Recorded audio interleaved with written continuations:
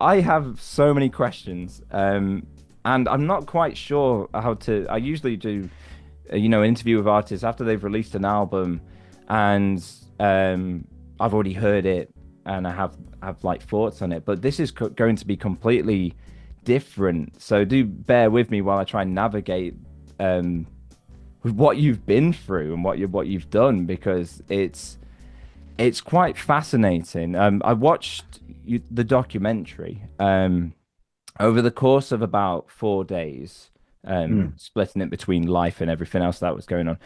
I just finished it this evening. It was an interesting,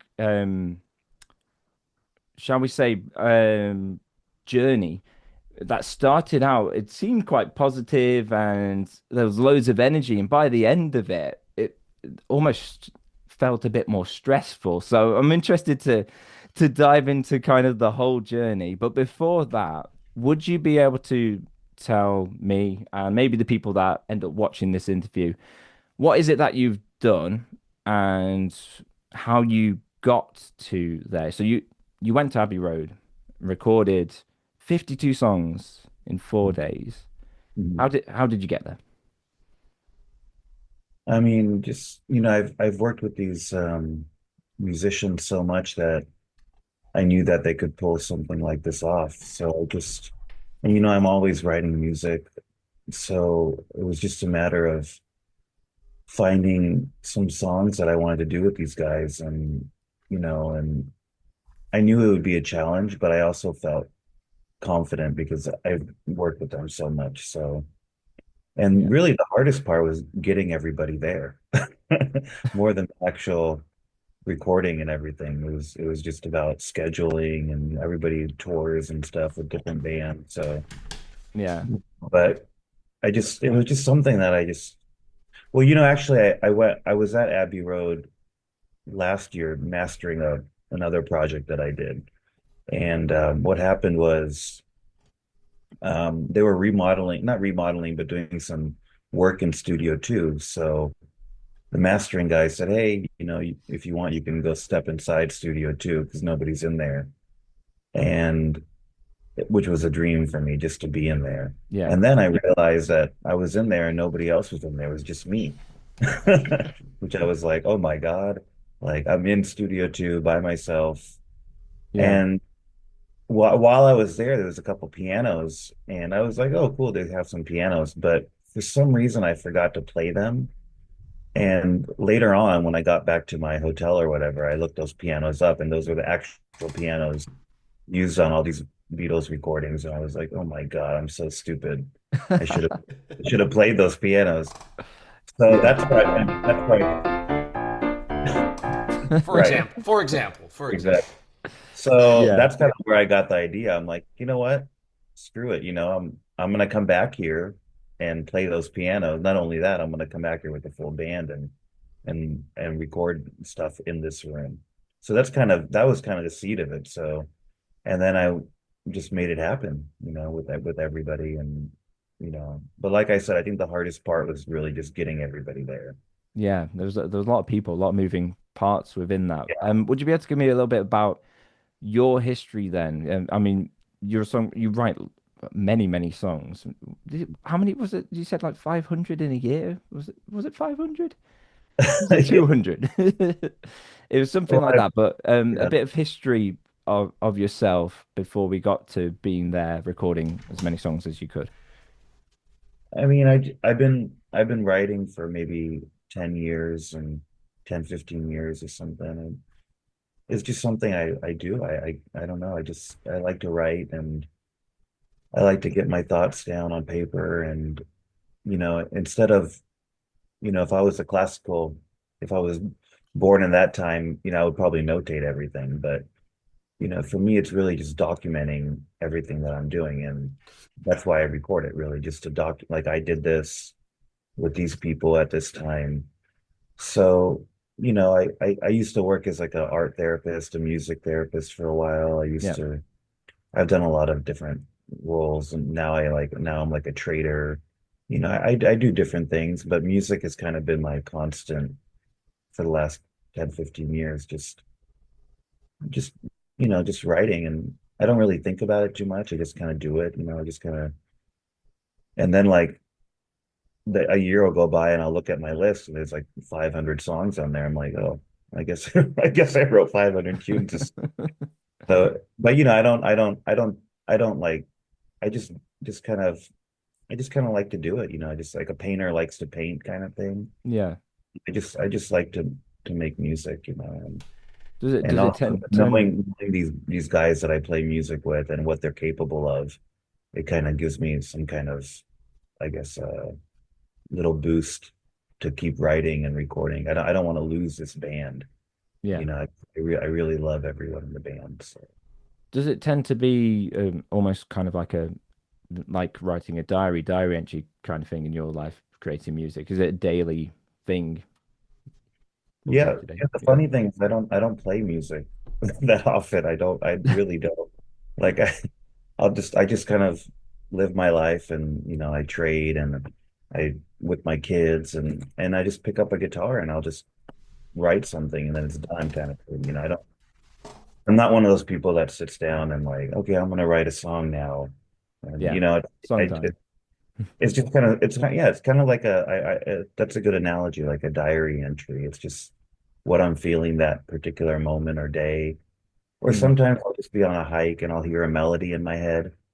So I'll just come back home and figure it out, and the chords, and then and also writing lyrics, like Allen Ginsberg, he's this poet, so he has this quote, and it's the quote is, your first thought is your best thought.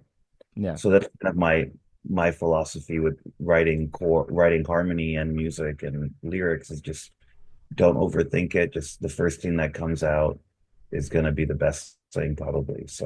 Nice. So that's how I can write so much, because I don't really overthink it. I just kind of write the first thing that comes to my head, you know. And that's kind of reflected throughout the documentary. There's kind of an element of, don't overthink, but you're trying to get that message across, I think, to other people who were coming. So like on the final day when you were doing the overdubbing parts and trying to get a kind of these orchestral players to not overthink. There's even that chat. I think you're on a train. It looks like a very British train to me. Um, yeah, and you're having a chat about, improvisation and stuff like that. It was quite Oh, right. interesting to see how you tackled and that kind of world when it came to a head at times. It Well, seemed, I didn't know those classical musicians. I never worked with them, so they might not know what I how I like to work personally. So yeah, um, that's why I was like, don't just my main with also on recording on tape. Like I feel like tape is really good with capturing emotion. So if everyone's having fun, I really feel like that fun kind of, you can't really explain it, but I do feel like it gets printed. yeah, So, onto the tape, you can almost, it's almost, you're hearing it. So the string players, when I said that or whatever, that I want to feel that emotion of them just going for it. You know what I yeah, mean? yeah, Instead of like really analyzing it and, overthinking it. I'm kind of like an underthinker. yeah. And when you listen back, can you hear them almost tackling it Oh and yeah. their feelings towards that as they're playing?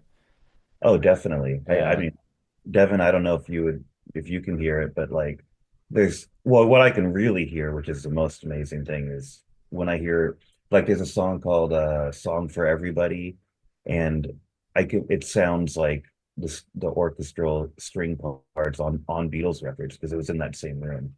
So to hear that room sound on my record, it's like mind blowing. yeah, Having the Miss Mills piano on that one didn't hurt either. Oh yeah, and also like the piano, yeah, like the obla di obla da piano, like to hear that on my record and be like, there's like no mistaking that that's that piano, you know. So, yeah, I think I just I want everyone, with that much music, there isn't time to overthink stuff. no, You just kind of gotta feel it. It's pretty much like an album a day. So you really need to trust each other and not not kind of get in your head about it, and just kind of play like I said, the first thing that comes to your head. yeah. So And weirdly enough, the album in a day kind of thing is it's one of my favorite formulas actually. There's some YouTubers I watch. they could go by the 1st of October, and they actually recorded in Abbey Road one year. And there's once a day band, once a year they meet and they record across Oh, 12 hours, and they film it all, and it's chaos, it's fun. right, It documents all the times where they're feeling stressed out, where they're right, close to tears, where they're having the most fun. And it's right. amazing because when you're listening back, like you say, it gets printed. You can Yeah, feel that on every song, the songs they struggled right, with, the songs where it was easy and it flowed and it felt fun. I right. wanted to ask Devin, how did it feel when this idea was presented to you? And then that first day when you were initially working out those first tracks, how did it feel being there with the other musicians and you were kind of trying to tackle that? Right. Well, so we had all worked with Raj before. I've worked with Raj. I think I estimated in the documentary like 500 songs prior to going to Abbey Road. So I was very well aware of this method of recording that Raj works with. Yeah. Um, we just had a session last month at Hyde Street Studios, which is another rather legendary studio in San Francisco. We got another one coming up in the summer at the plant. Like he's always doing this, and he works with the same core groups of musicians too. He's kind of got the San Francisco crew, he's got the Portland crew, and New York, and various people. But I knew what to expect musically coming in more or less, even though I'd never heard these songs before. I knew they were going to be especially good because he told me like I got some really good ones because Abbey Road deserves my best. But other than I mean, really the big thing was the fact that it was at Abbey Road. that was what was different. Yeah. The process itself, I would say, and the documentary captured it very accurately. Was very it was very much this, the same sort of working relationship that Raj fosters with the people he works with. It just happened to be at this very recognizable Studio 2 environment. Yeah. Yeah. And did that put any added pressure on you being there? Uh, Maybe a little bit. I mean, Probably, I mean, the maybe orchestra stuff, Kevin, like the doing those. orchestra stuff was different. So yeah, Mm. well, That's like pressure right there. You never heard the songs, and then you're writing the music literally on the train yes. Okay, so for them to that record. So yes, so there's, I mean, really, I had two roles there. The first role was as a pianist and keyboardist in general, and that again was pretty. I don't want to say par for the course, but I knew what to expect in that regard from Yeah. Raj and how to make that work. What was new, what hadn't we hadn't done before, is working with these these classical players with these orchestral musicians. And again, I think I kind of expressed this in the documentary, but for the way that Raj works, which is like you said, first take, best take sort of thing. We got this song, we're going to move on, we're going to move on. That's not how I do usual, like normal arranging jobs. Normally I have a recording, I listen to it and I try out different ideas, and I have, quite a while to sort of play with it before, and I can send different drafts to the people. I do a lot of this sort of stuff for other artists. And here I didn't have any of that. We had one day with all these players, and none of these players were going to be comfortable improvising, which is not surprising. And if you have four classical players, like a string quartet, for example, and you play them a pop song, say, "All right, just jam along," in the way a guitarist or a keyboardist or someone might, it's not going to work. Like they're not going to work. I mean, it might you might have some organized cacophony, but they're not going to be able to improvise as an ensemble because they are four different people. Yeah. So they require a score. So there was a lot of practical challenge in just like getting back to the Airbnb at night and like trying to remember these songs and like what were the chords. I try to jot them down because by the way, by the end of the day, they're all gone. What do we do? Like an average of 12 songs a day, something like that, and what was the first song? I have no freaking idea. I have absolutely no idea other than these notes I took down. And Adam, one of the engineers, like did manage to get some bounces to myself and Paul, the other arranger who was there. So we were able to kind of cross check what we had written with that.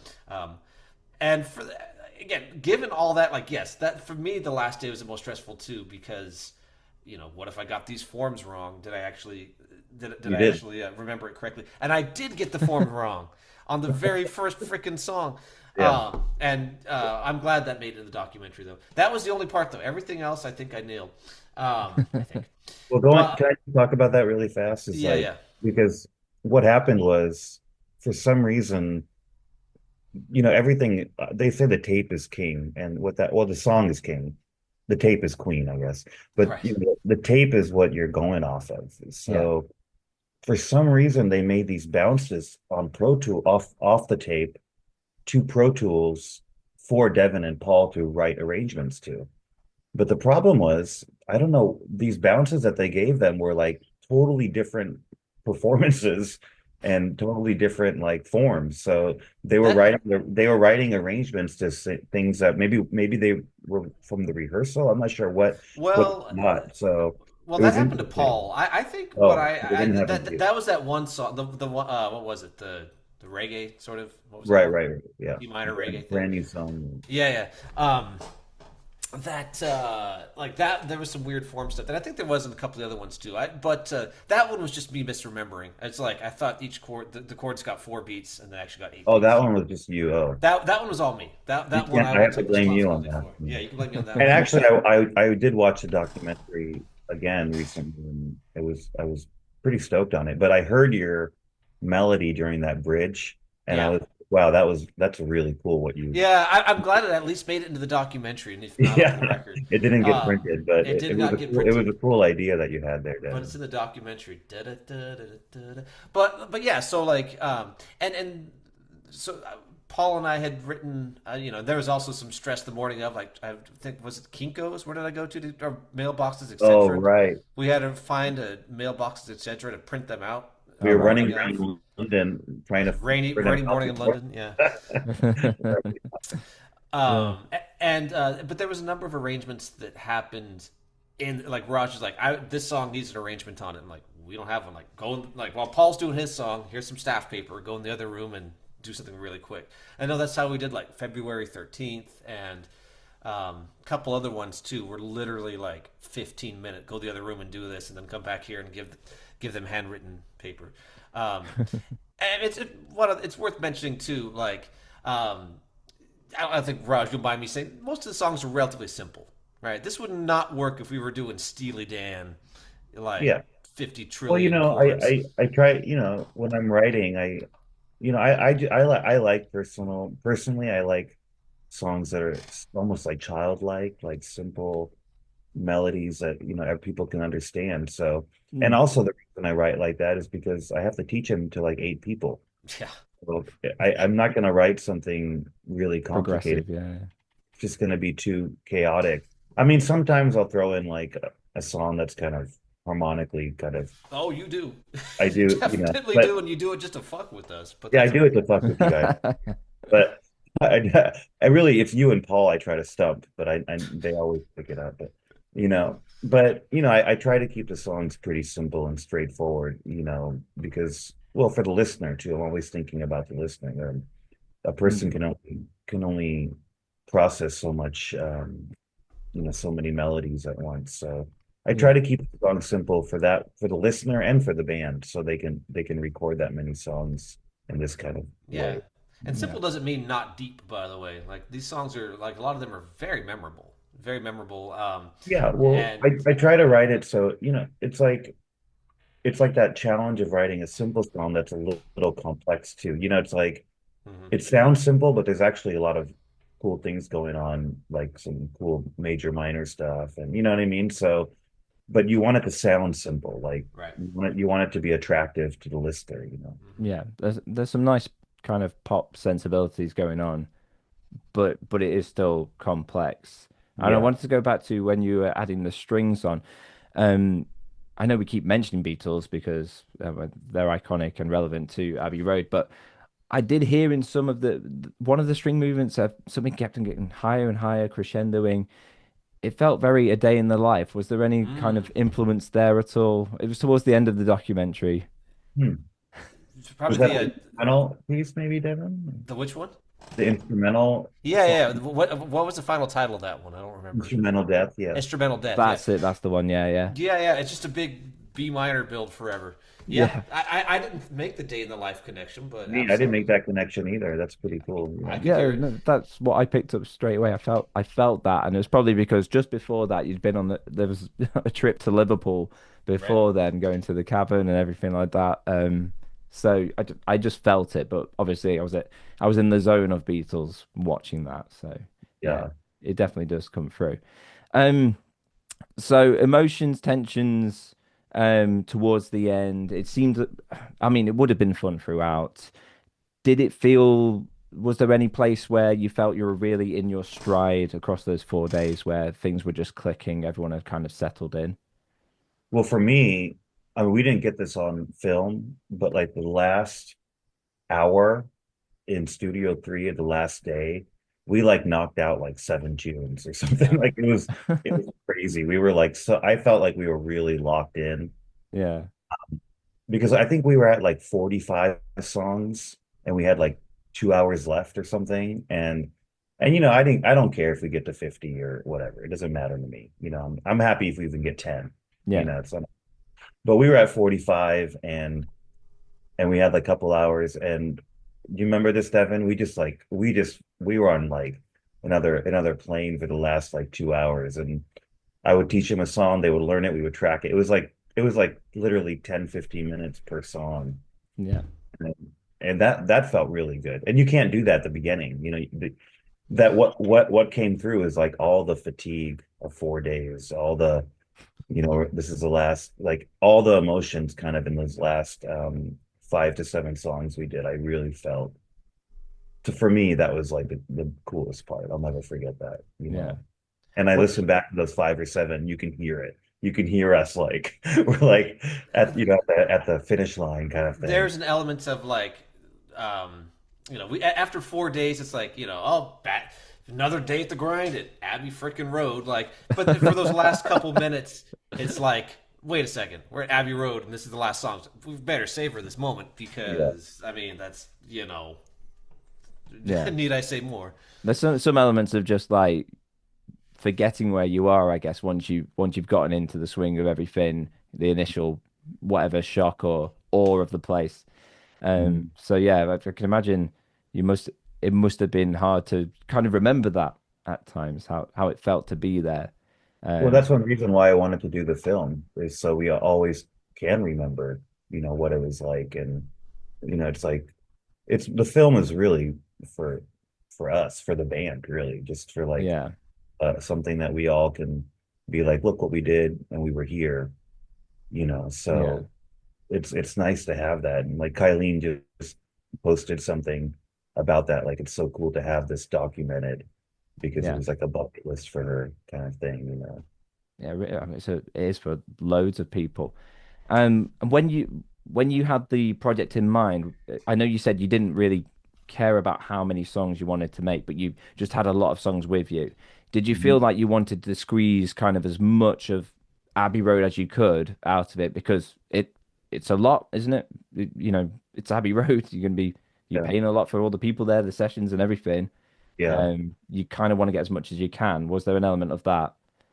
Well, I think I brought about 100 tunes to Abbey Road, not thinking we would do 100. That would be insane. But actually, if it was just Devin and Jason and I, which sometimes we do, I think we could probably do 100.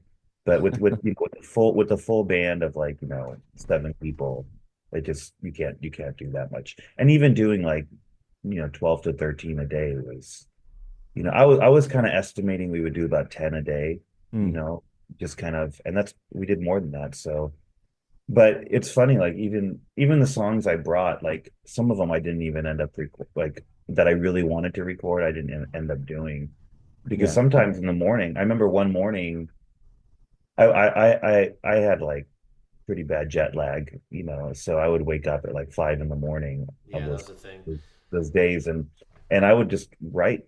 And the coolest thing for me was writing a song the morning of the session, and then getting on and then walking to Abbey Road, and then getting in the room and recording it with the band. I mean, that to me is like a dream. Well, I think one of the The best song didn't songs. exist. The song didn't even exist before today, and now we're recording it at Abbey Road. So Yeah. to Well, I me, think one of the that was best songs of the session, that the Gone with the Wind, like, which is I think my personal favorite of the session, the one that was in the documentary under Jenny's feature, that was written the morning of, that was and written the morning Ah, of okay. about Jenny. yeah. It's funny that song was written about Jenny because she we were hanging out and she would tell me the story about her divorce and stuff and so the next that was like the day before, and then the next morning I woke up and I wrote this song, and Yeah. then the film people ended up using that song for Jenny's little feature, which and they didn't even know that it was about Oh, Jenny. So that was pretty cool. But nice. really for me, the two highlights were those last 5 to 7 songs we did, and writing a song the day of, Yeah. walking to Abbey Road with it in my hand, and being like, yeah, fresh off the press or whatever, and There's then something really getting it, special about recording it, you know. something really special about the immediacy of that. And but Yeah, even getting like one of your friends to go, hey, go off and write this for me and come back in 15 minutes. I think yeah, that's something that makes you smile more when you listen back. But exactly. you have also recorded songs that you came up with from quite a few years back. No, Um, I no, would say all the songs were maybe a month or two old from were Abbey. there? Okay, Yeah. there was one in particular. Well, just one of them. One of them was one of the first. One of them was actually the first song I ever wrote. Um, Right, that's what I'm thinking of then. It yeah, is, the one with my feature. That one right. is that one is actually like God, 20, 15 years old or something. So that 1998 was a long time ago, my friend. yeah, More than it that. was a long time ago. Yeah. Yeah. Okay, So so that other one, but than that, all the other ones I think were probably just recent songs. Yeah, okay, definitely. so what you mentioned in the documentary why that was special, and it's for really kind of obvious reasons. You've probably got loads of other songs from the past as well. Hmm. Um, was there nothing else there that you really thought I should take this as well, or do you just prefer more recent things because they're fresher to your ear? Yeah, you know what? What I do actually is I like I said I brought like 100 songs, like a Yeah. hundred lyrics, and what I do is I look at the paper, and if I remember it, I'll record it. So pretty much half of them I didn't even remember. Or they're just So words on a page. yeah, it's like I think so I kind of just go through and be like, okay, I remember how this one goes. Well, and you So have your voice memos. Like, what'll Oh, happen? yeah, Like, we'll finish a yeah, song, and then the band will each have the all the members will have maybe 5 minutes while Raj has a phone to his ear and he's kind of fingering out the chord. Sometimes he'll ask me like, Devin, what the hell chord am I playing here? mm, yeah. And we'll do that. And then after 5, 10, or max minutes, Raj's like, all right, I got the song, and then I we'll come got back. one. Yeah, So we got and that's the process. Is we got 10 minutes for him to learn it, maybe 15 or so minutes for us to rehearse it as a band, and then if we're lucky, 1 or 2 takes. So ten yeah. minutes to 15 minutes but to record it, and that's a yeah. song, and then next repeat. I would say like well, at least half of the songs I've written. I mean, I have them on voice memo, so they're there, but I don't remember them Yeah. fully. So I'm not gonna record it because I don't really know. So like the song that I did that was really old, I just happened to remember it. I wasn't planning on actually doing that song, so Ah, it was right. just something that I remembered. And I was like, you know what? It'd be cool to do this song, like one of the first songs I ever wrote at Yeah. Abbey. The funny thing is about that is when my mom passed, the really listening to the Beatles like is something that really helped me. Mm, I kind of discovered the Beatles around the same time that my mom passed. So to record the song at Abbey Road, I just made that connection. Actually, that's pretty that's I really didn't. I was gonna sweet. say cool. I didn't realize that. That's good to know. Yeah, That's yeah. sweet. I mean, like like the Beatles really got me out of that grief, definitely back when I was like 18. Mm. So, you know, Why didn't you the, say that in the the, documentary, man? Jeez. I just thought of it. I didn't Saved even it for realize. the interview. It's good. Exclusive content for the Music Yeah, B and B. Woo. yeah. So I'm really happy I got to record that song. And actually, I did change the lyrics. The lyrics are different that version of that I recorded and what I wrote when I wrote it 20 years ago, whatever. So, you know, that was probably another reason why I wanted to record because although the music was old, the lyrics are kind of pretty new. So, I think that if you take any song like that and even give it a month's space between recording the last one, you'd end up recording it differently anyway, wouldn't you? So Yeah, it's a lovely stamp in time and a lovely way to remember something as yeah, well. yeah. So that's really sweet. At the end of the documentary, you kind of allude to or mention you've recorded all these songs, and then I kind of get, but we might not hear them. Like you might not get a chance to hear them. But then at the very end, some words come up and say it's going to be released alongside the documentary, and I'm Yeah. like, phew, because I actually do want to hear these like fully all the way through, which would be Yeah. nice. Well, I Um, mean, they're mixed and they're ready. So releasing it to me doesn't, it just means like putting it out on the internet, or something. But I do want to press at least, I'm not going to press 52 songs, but I yeah. might press like one record worth, like of the best of the batch, So, Yeah. you know, I'm so bad at like promoting anything. I'm just like, Yeah, you are. I'm like the worst, man. Oh, I'm like, you're doing this. That's about I just like I like recording, but I don't like, hey, listen to me, or check this out. It's so not who I am. Yeah. That's So something you said, and I and really I read about like painters and stuff that are like that. They just like to just do it. yeah. They don't care about people liking or even sharing it. They're not even interested in that. Yeah. So, but Uh, I will do something with it probably this year. And I did the doc, so the doc is out. That's Yeah. cool. And So that that's is really big, cool. So, So, I think so this year, yeah, So yeah, link down below will be a link to the album when it drops in my description, as well as a link to the documentary because I feel more people need to see that. It's fantastic, and there's something you do say towards the end of that documentary which really resonated with me. Is you prefer the creative side of actually making the songs, mhm, not too bothered about releasing it, and I completely agree with you. There's something so fun about making it that when you listen back as an artist, you remember everything that you did during that day and it makes you smile or it makes you feel things that a listener wouldn't feel because they only get the end product. So it is very personal to you. And I get that side of you and that kind of story you're telling there, which is lovely and it's kind of so wholesome in a world where we're just constantly like given lots of things to listen to and do. It's so nice that you're kind of trying to hold on to that kind of don't know, yeah, special secret that you've got there, that special yeah, thing for you. So I do love exactly. that. At the same time, I want to hear all 52 of them. So please do make sure they see the light of day. Yeah, Um, it's been absolutely fantastic talking to you guys and getting to delve into a bit more the background and the story and everything like thank that. you. So thank you so much for spending your time, taking the time to chat with me. Absolutely. I hope you have a good rest of your day. I'll be going to sleep soon over here in England, but I'm sure you've got a few more hours of light, haven't you? Oh All yeah. right. Our Yeah. day's just getting started. I just woke up. Hey, if we go back to Abbey Road, you should stop by and I, I, I hang out. really, I really do want to. I was invited and I couldn't make it. So Oh my please, God, please, you're gonna regret just that. to be a fly on the wall would be incredible. Yeah. Yeah, yeah. Thank you I'll guys I'll so get much. you in. Absolutely. Right. Take care, guys. Thank Bye, you. everybody. Thank you. Bye Bye. bye. Bye.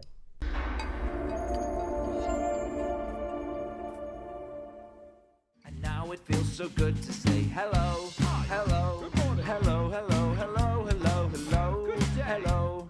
And now it feels so right to say I miss you, I love you. And God, it feels so good to say hello. God, it feels so good to say hello. Bye, ladies and gentlemen.